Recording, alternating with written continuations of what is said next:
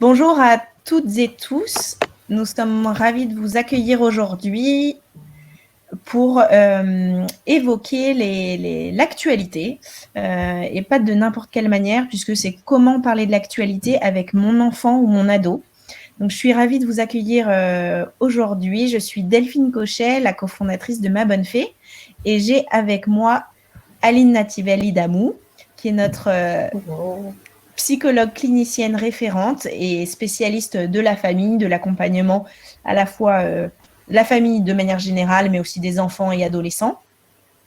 L'objectif aujourd'hui, alors on laisse arriver les derniers retardataires, c'est vraiment, si vous le souhaitez, partager votre expérience ou en tout cas poser des questions, n'hésitez pas à le faire en live, c'est aussi l'intérêt, soit par chat et les échanges sont publics, soit dans l'onglet questions et vous pouvez poser votre question de manière anonyme et moi je serai là pour poser la question à Aline.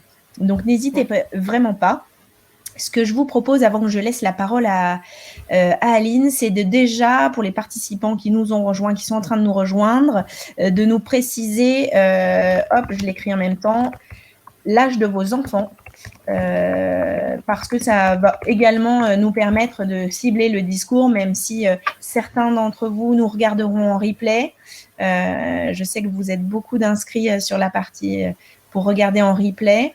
N'hésitez pas à nous préciser l'âge des enfants. Donc moi, je vais parler de moi, par exemple. Mes enfants ont 3 et 4 ans. Donc moi, ce sera la partie plutôt l'actualité avec des enfants en bas âge. Alors n'hésitez pas, ceux qui nous rejoignent, à partager l'âge de vos enfants et puis au fur et à mesure, de toute façon, vous pourrez le compléter. Je vais vous laisser la parole à Aline pour qu'on commence sans plus tarder. Donc Céline nous dit que sa fille a 7 ans, donc un petit peu plus grande, mais pas encore très grande, pas encore ado. Il y en aura certainement qui auront aussi des adolescents, donc l'idée c'est vraiment de comprendre un peu toutes les facettes. Alors je vous laisse la parole Aline et je me retire pour l'instant et je reviendrai quand il y aura des questions ou des remarques. D'accord, merci Delphine. Bon bah déjà bonjour à tous. Je me présente, je suis Aline Nativelli Damou, je suis psychologue clinicienne spécialisée dans le domaine de l'enfance, de l'adolescence et de la famille. Alors aujourd'hui, je vais essayer de parler avec vous justement de comment parler de cette fameuse actualité avec son enfant ou son ado. Alors effectivement, il y a certains critères à prendre en compte pour avoir une communication dite bienveillante, positive et adaptée par rapport à son enfant et son adolescent.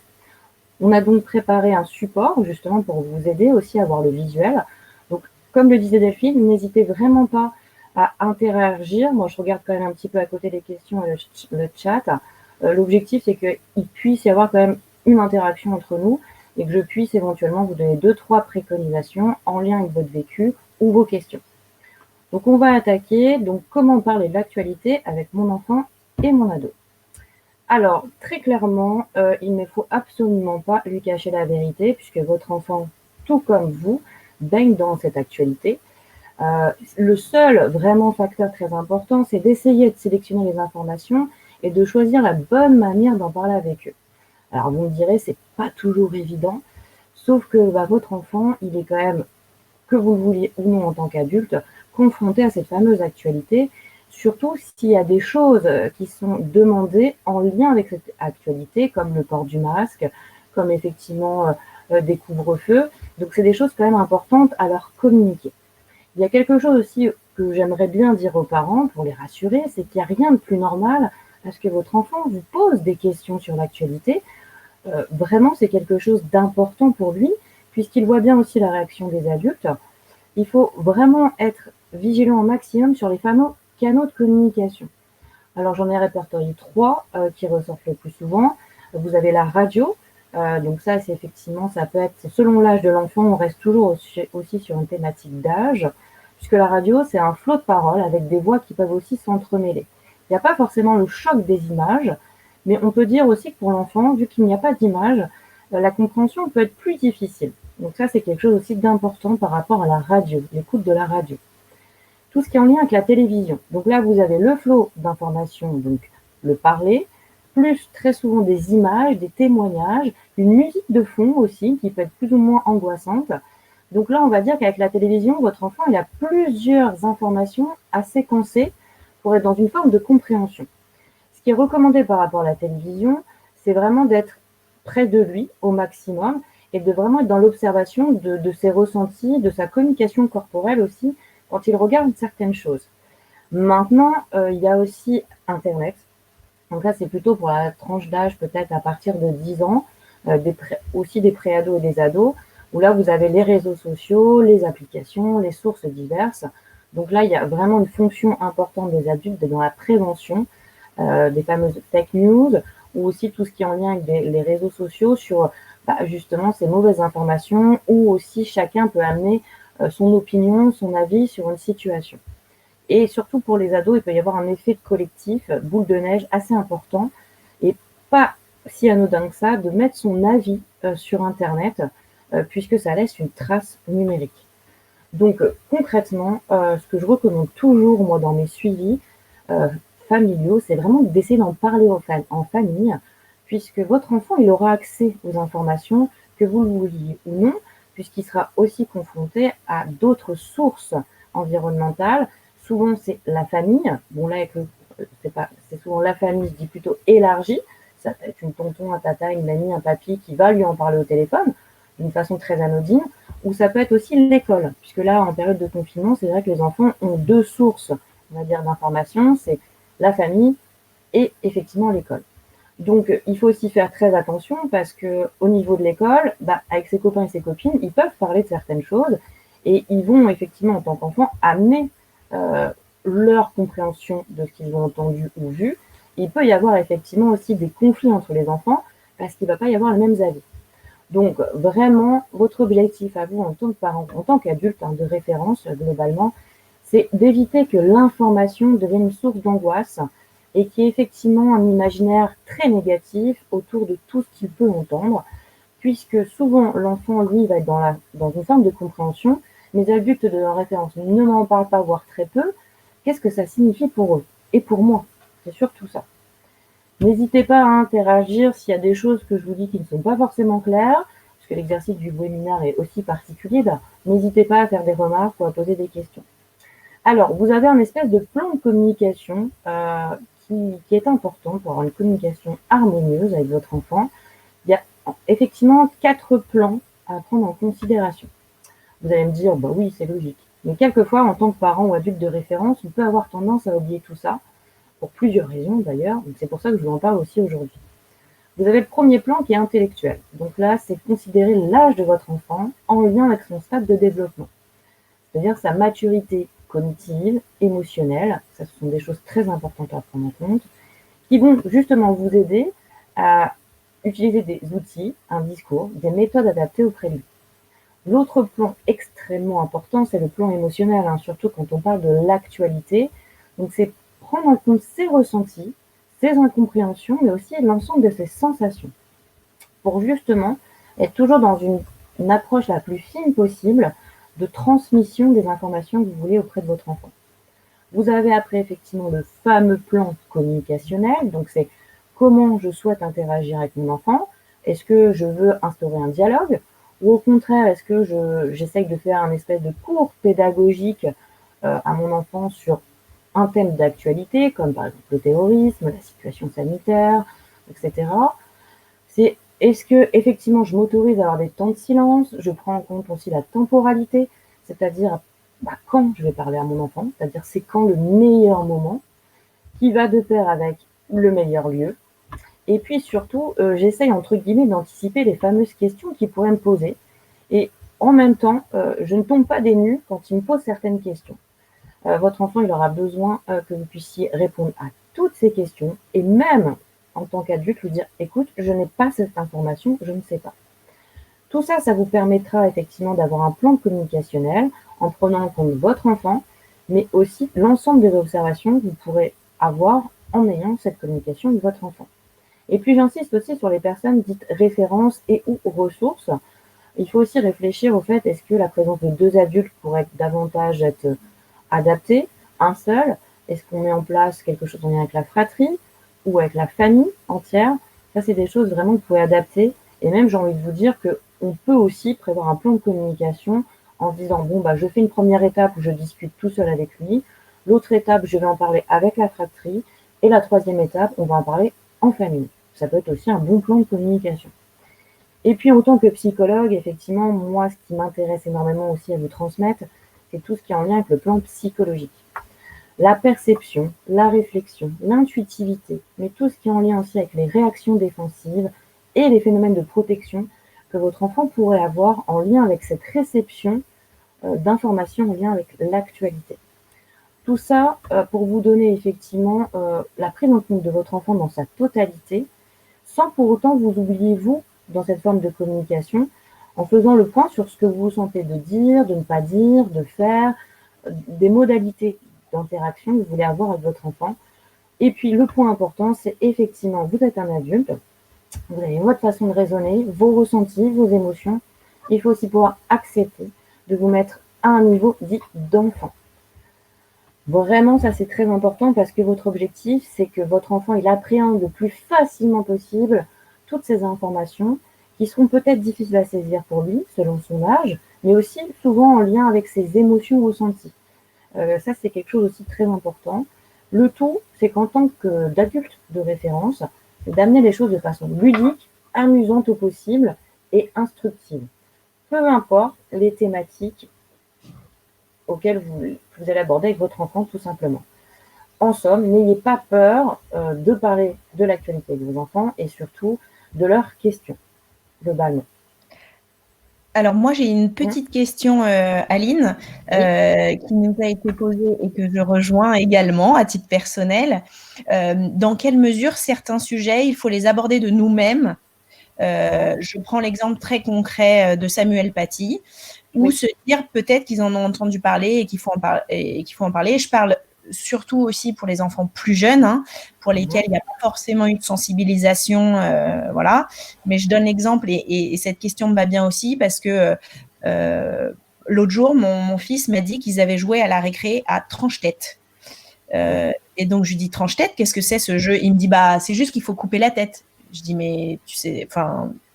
Et en fait, dans quelle mesure est-ce qu'il a perçu des éléments? Dans quelle mesure, moi, adulte, je fais le lien alors que c'est juste un jeu de bagarre, entre guillemets, comme un autre? Voilà, dans quelle mesure il aurait fallu peut-être que j'en parle parce que ça n'a pas été un sujet abordé. Et on en revient aussi un peu à l'âge. À partir de quel âge on parle de terrorisme? À partir de quel âge voilà, sur ces sujets-là, qu'est-ce que vous en pensez?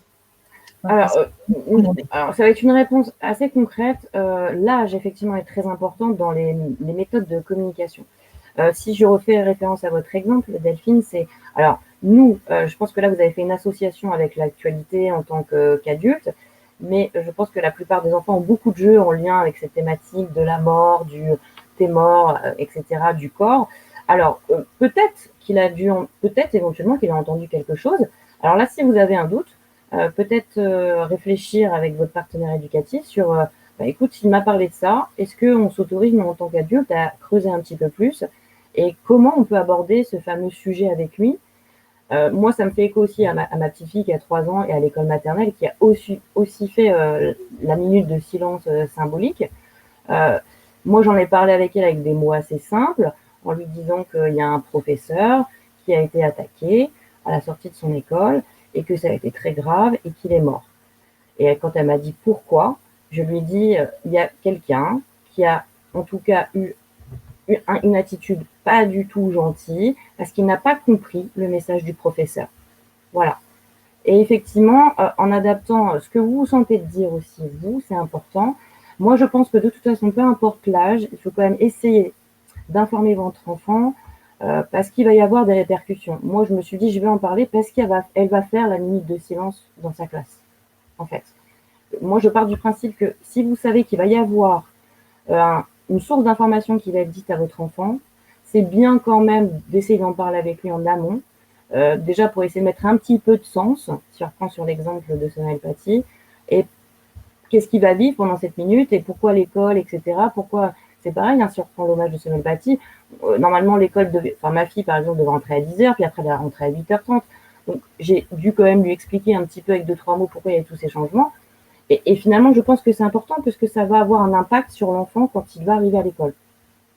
Et puis même sur l'ambiance globale, au niveau des enseignants, de effectivement pourquoi on fait cet hommage.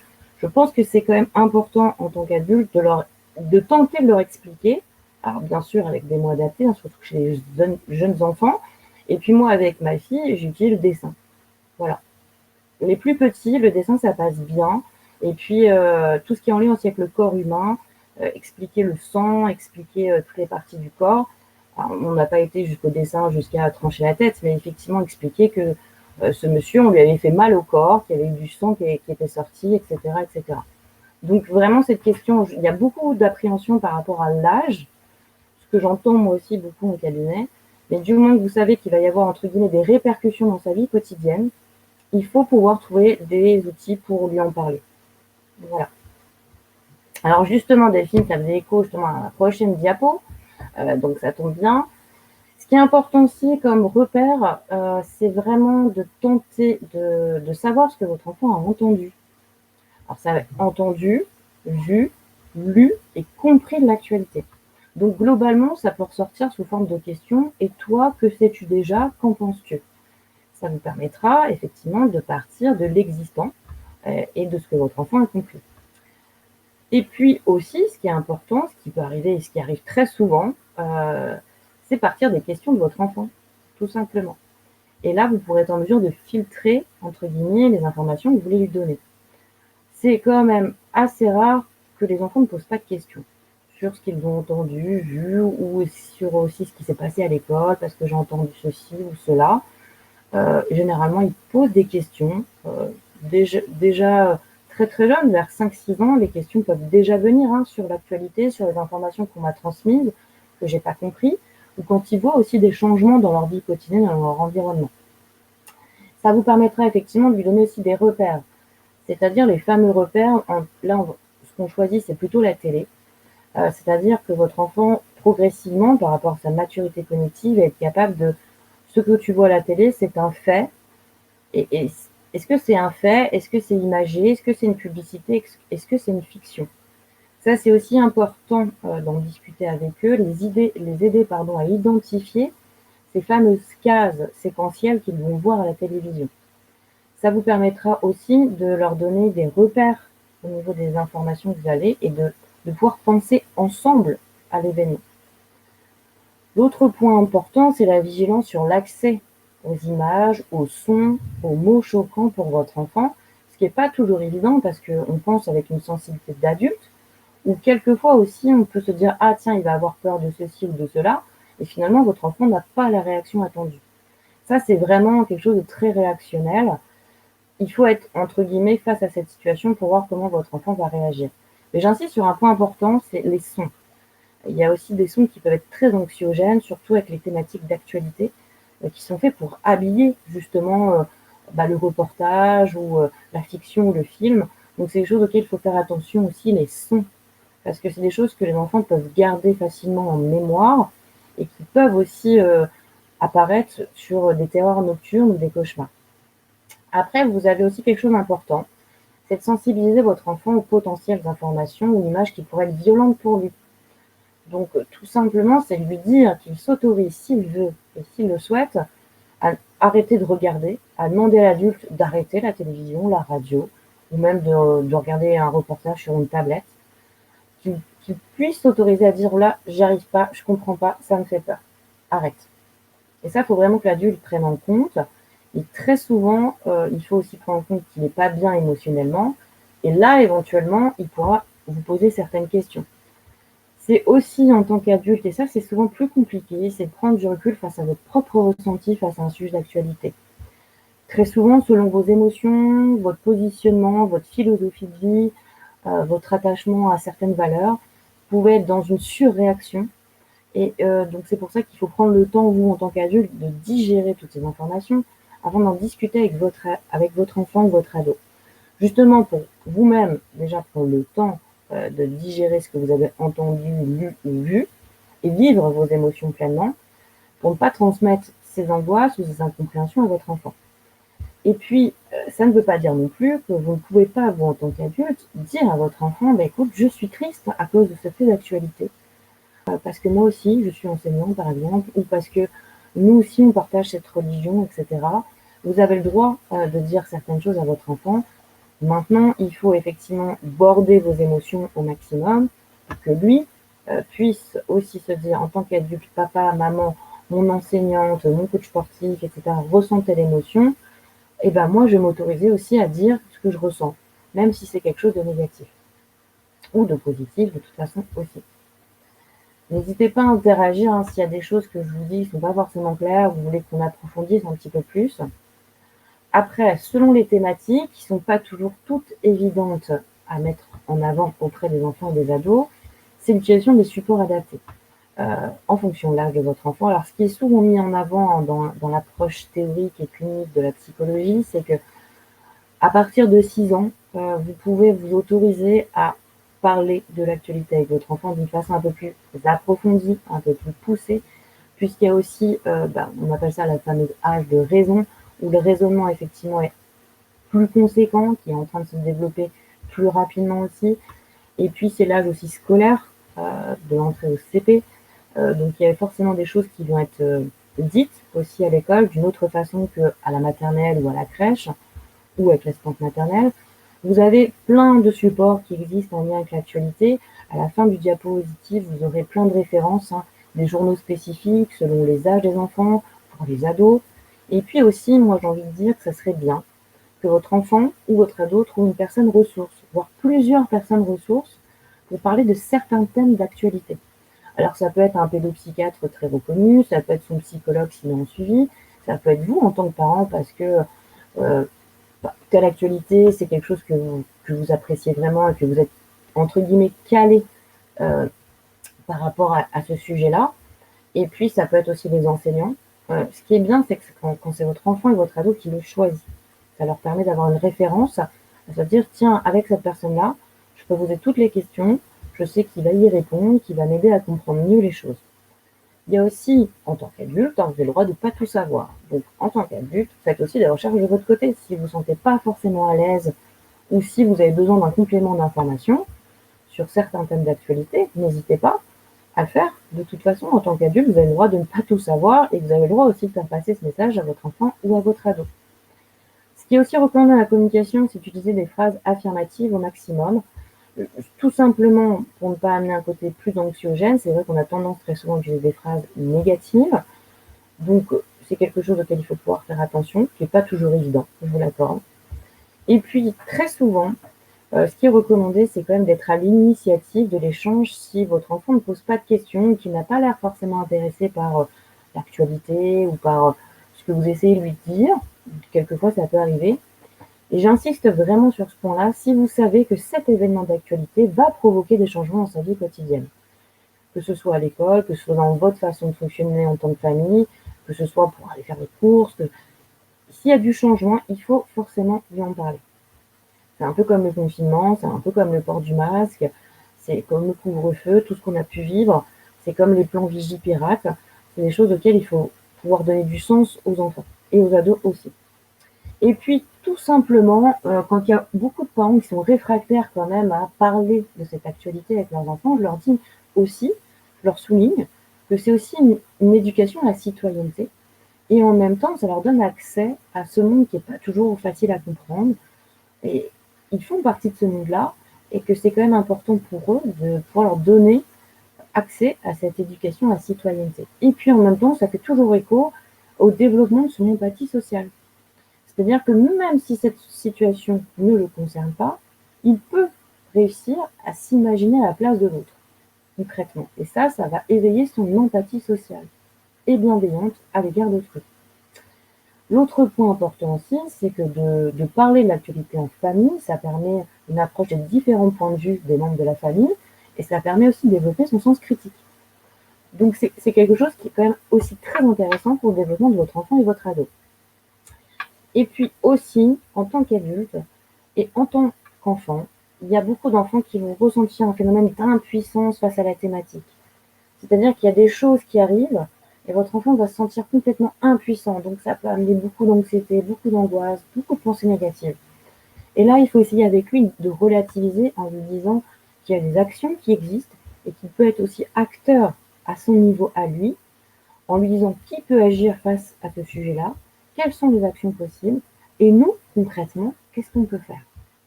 Ça, c'est vraiment très important, parce que peu importe les sujets d'actualité, très généralement, en famille, chaque membre de la famille peut aussi se sentir acteur et agir.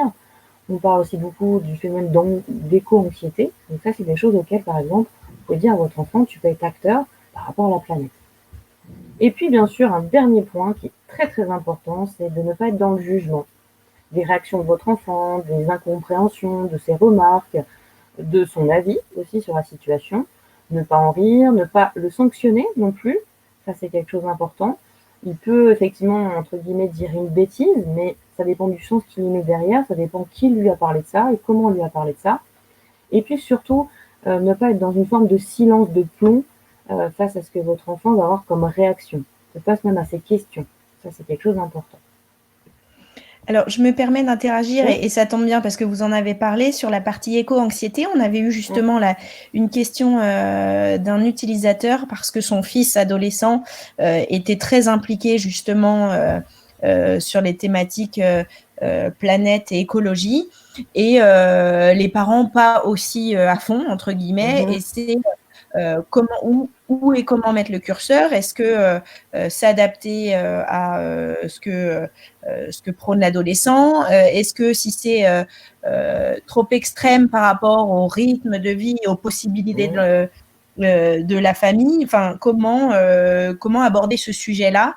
Et je pense que ça peut être pas mal de faire un petit focus parce que aussi bien avec les tout petits qu'avec les adolescents, ça peut être une vraie source en tout cas de réflexion au sein de la famille.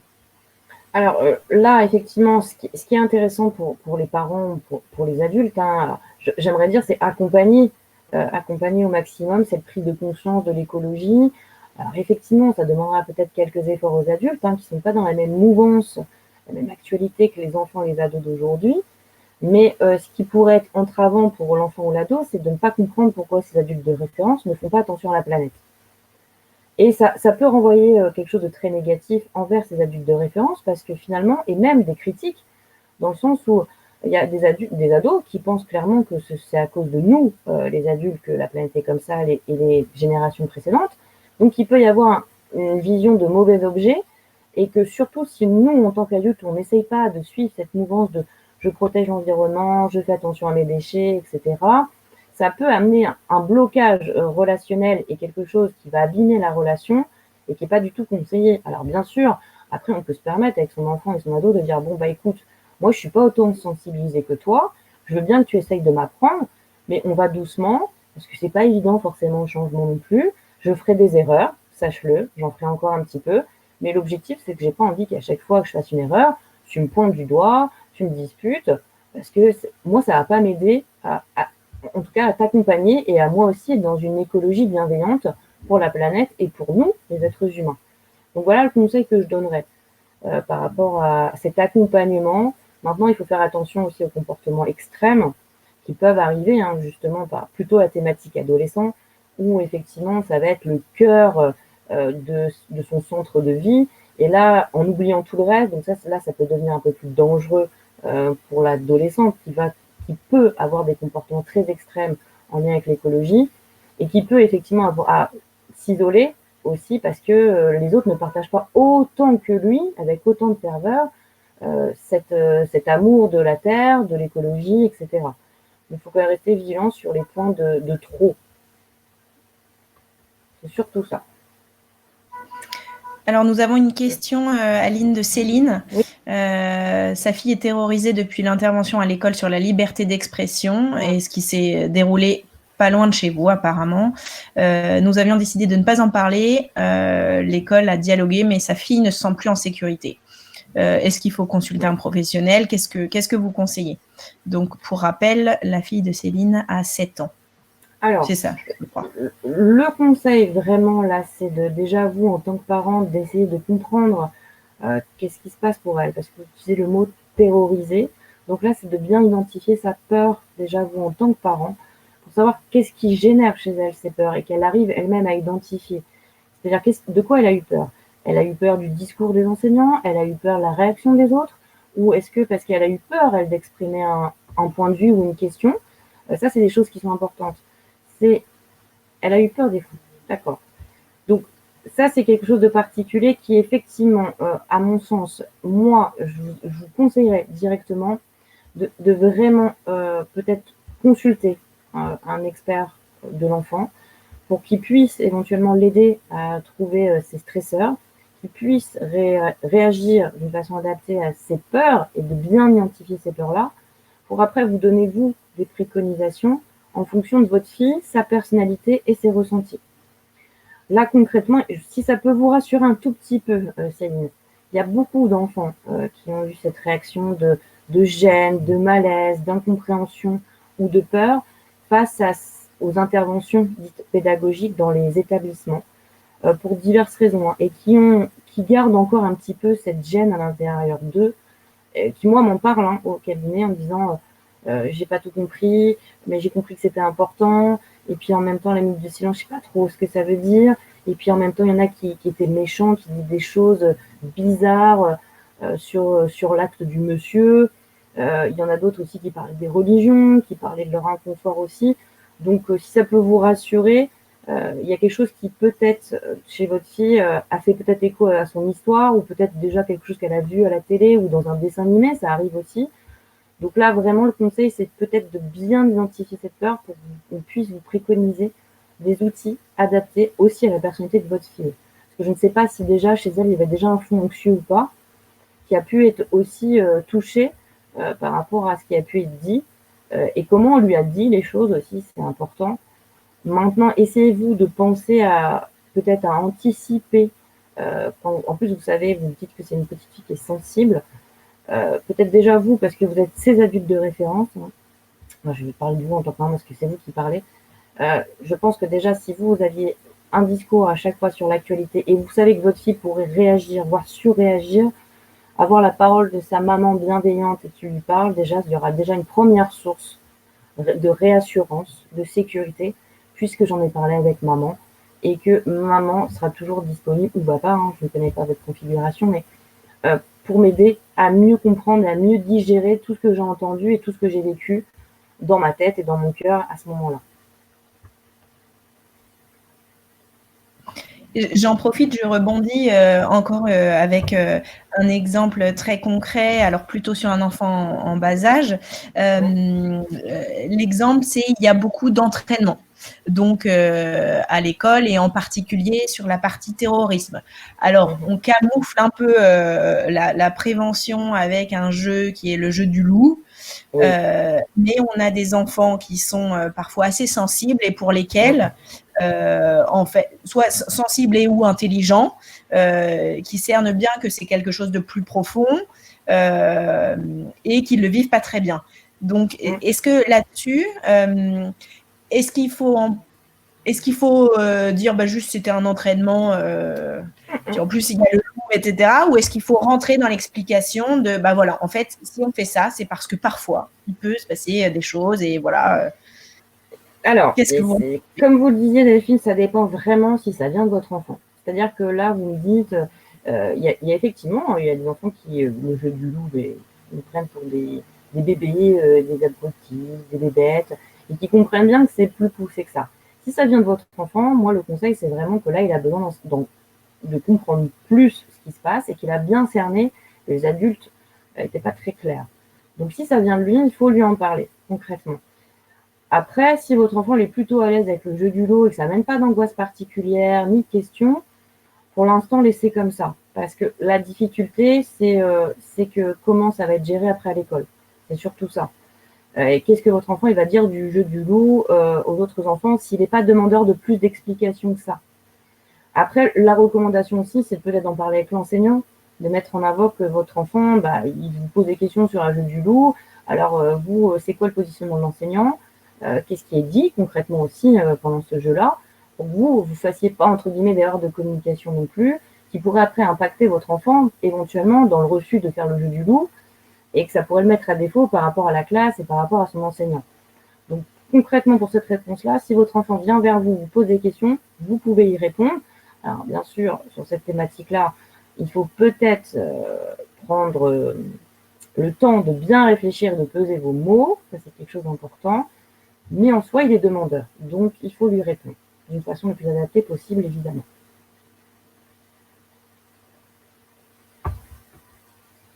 Alors, je vais me permettre d'enchaîner sur l'autre diapositive. Donc, vous avez effectivement des outils très concrets qui peuvent vous aider pour parler de l'actualité avec votre enfant. Un globe terrestre, tout simplement. Alors, surtout avec les problématiques mondiales, ça peut être très intéressant que votre enfant puisse voir concrètement, donc on utilise un globe terrestre parce que c'est un peu plus ludique. Vous avez les maps monde aussi. Et puis un dictionnaire. On a tendance à l'oublier, ce dictionnaire, mais il peut être fort utile pour définir simplement des termes, des concepts. Et puis, c'est une source sûre, le dictionnaire. Ce sont quand même des éminents intellectuels. Il y a un consensus global sur la définition des termes. Donc, le dictionnaire est un bon support. Alors, ça peut être un dictionnaire numérique si vous le souhaitez, mais quelquefois, c'est bien aussi de prendre un gros dictionnaire dans les mains. La sensation n'est pas la même. Et puis, l'approche aussi n'est pas la même avec votre enfant. Faites le test avec un dictionnaire numérique et un dictionnaire dans les mains. L'autre point important, c'est ce que je vous disais tout à l'heure, il y a les médias adaptés aux enfants. Les livres, des journaux, des podcasts aussi maintenant, qui sont fort développés depuis le confinement. Vous aurez des liens au support avec l'avis juste après, où il y a effectivement des thématiques comme Astrapi, comme Le Monde, qui ont créé des podcasts et qui sont vraiment spécialisés pour parler de l'actualité aux enfants avec des images, des couleurs, des mots adaptés.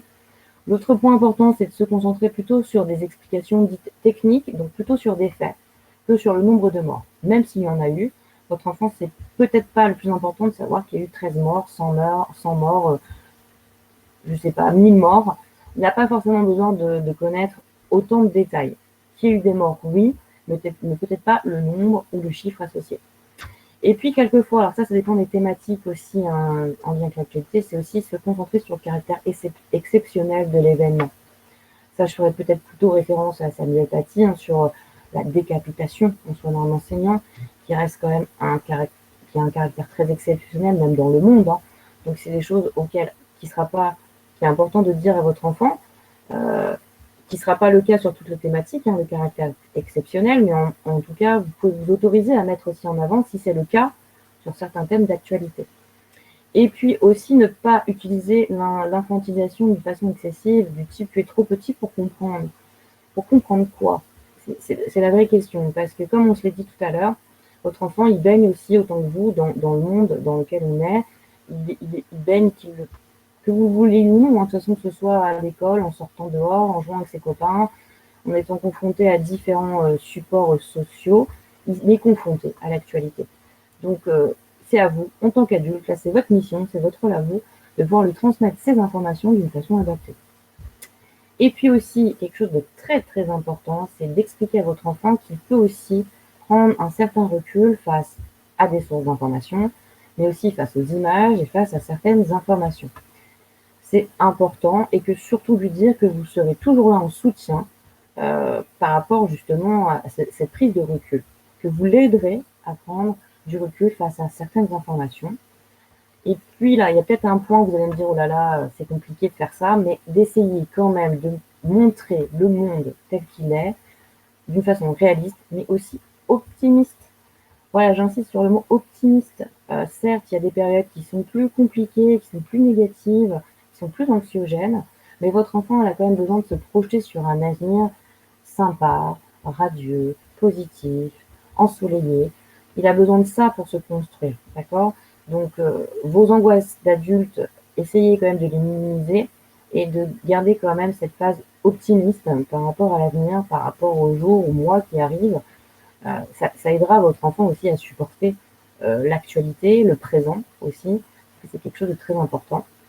Et puis l'autre point qui fait écho à la prévention, c'est lui expliquer le fonctionnement des moteurs de recherche, des algorithmes sur les réseaux sociaux, parce qu'il suffit que votre enfant ait tapé Samuel Paty sur tel moteur de recherche, et après, ça va influencer effectivement tout ce qu'on pourra lui proposer sur son ordinateur, sa tablette ou son téléphone. Donc ça, c'est des choses qui sont aussi très importantes. Et puis, dernier conseil, mais bon, ça, c'est comme vous voulez, chers adultes, c'est d'essayer de regarder le journal télé en replay ou d'écouter la radio quand vous êtes seul ou ou avec des écouteurs. Et c'est quelque chose aussi d'important pour vous, déjà pour peut-être mieux réceptionner l'information. Et puis en même temps, même avec votre enfant, le replay, ça peut être intéressant parce que vous pouvez mettre stop. Donc ça, c'est quelque chose d'important. Vous pouvez faire des séquences, justement pour en discuter avec lui, pour prendre le temps d'expliquer un mot, une image, et de voir avec lui s'il a compris certaines choses. Et puis, à un moment donné, c'est aussi de faire avance rapide sur certains passages qui pourraient heurter sa sensibilité. Donc ça, c'est un outil qui peut être intéressant, le replay, vraiment pour communiquer avec vos enfants. Et puis de bien choisir aussi ces émissions d'information, d'actualité. Après, c'est à vous de voir ce qui vous aussi vous parle. Et c'est important d'utiliser aussi des outils qui vous parlent, forcément, parce que vous serez plus à l'aise pour communiquer avec votre enfant. Et puis donc on arrive sur les fameuses sources dont je vous ai parlé, qui sont quand même nombreuses et qui sont très intéressantes. Vous avez par exemple un jour une actu. Là, c'est fait avec du dessin, du son, c'est très bien fait et c'est très synthétique. Je trouve que pour la plupart des thématiques, c'est vraiment bien traité. Vous avez tout ce qui est en lien avec les journaux. Donc vous avez différents journaux, le quotidien, selon les âges, les tranches d'âge, c'est quelque chose qui est bien fait. Le quotidien est vraiment bien fait. Et ça permet, si vous le souhaitez aussi, d'avoir un abonnement. Donc en plus, je parlais de l'impact citoyen. Et puis c'est aussi sympa pour les enfants de recevoir une fois toutes les semaines, tout dépend du rythme, de recevoir dans la boîte aux lettres son journal à lui. Ça le responsabilise aussi. Et puis surtout, il a une source d'actualité qui est vérifiée, qui est complète et qui est adaptée à son âge. Vous avez le petit Libé, vous avez le Monde des ados aussi, qui a été créé. Vous avez Arte, Journal Junior. Vous avez aussi tout un ensemble de podcasts. Et puis, vous avez le Clémy, qui est vraiment un centre spécialisé pour l'éducation des enfants face aux actualités, qui peuvent vous proposer plusieurs outils, selon en plus les thématiques d'actualité, qui sont référencés, donc qui peuvent vous aider, puis à vous aussi à diminuer l'angoisse en tant qu'adulte, de vous dire, oh là là, il s'est passé ça, comment je fais pour en parler avec mon enfant? Donc vraiment, cette source, elle est très importante, le Clémy, je vous encourage vraiment à y aller. Et puis après, vous avez des livres aussi qui sont plus axés sur la philosophie, mais qui sont très bien faits aussi. On a vraiment deux que moi j'adore en tant que psychologue clinicienne, c'est la philo expliquée aux enfants. Donc là, il y a beaucoup de thématiques justement qui peuvent rebondir avec l'actualité qu'on vit. Et puis là, plutôt sous forme d'activités, 50 activités pour philosopher avec vos enfants, qui vont aussi vous permettre de rebondir sur des sujets d'actualité, sur votre positionnement, sur le positionnement de votre enfant face à certaines informations qu'il a pu avoir. Voilà. Je ne sais pas si vous avez des questions éventuellement, des remarques.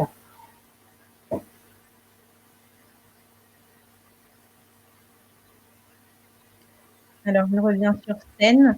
Je crois alors, si on a des dernières questions, n'hésitez pas à les poser. Et sinon, on est dans le timing. En tout cas, c'est vrai que moi, je trouve ça très intéressant d'avoir ces sources, comme vous dites, pour même à la fois nous-mêmes aller trouver les mots, les bons mots, selon l'âge de nos enfants, encore une fois, enfants ou adolescents. Donc, je trouve que ça, c'est génial. Ça donne beaucoup de bases. Alors, comme je vois qu'on n'a plus de questions, il me semble, je voulais vous remercier à nouveau, Aline, de nous avoir accordé ce temps pour en parler. Je pense que ce sont des sujets qui nous préoccupent, nous aussi, en tant qu'adultes, de savoir comment bien faire, quels bons mots utiliser, encore une fois. Donc, voilà. Et puis, ce que je retiens aussi, c'est de ne pas hésiter à se faire accompagner ou aller voir une professionnelle comme vous, justement, pour quand on n'est pas sûr d'avoir les bons mots, quand on n'est pas sûr que son enfant, quand on voit que ça peut être un peu plus profond, en tout cas. Donc, en tout cas, merci beaucoup pour votre temps. Je vous souhaite à tous une très bonne journée.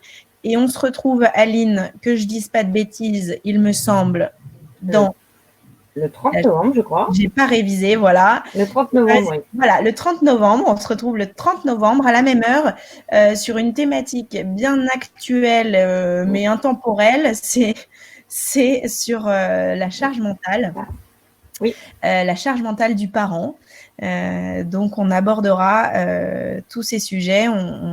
De la même manière, on sera là pour interagir. Donc, n'hésitez pas à vous connecter, à en parler à vos collègues, évidemment. Et puis, d'ici là, on vous souhaite une excellente semaine. Merci à toutes et tous de nous avoir suivis. À bientôt. Au revoir, à bientôt. Prenez bien soin de vous.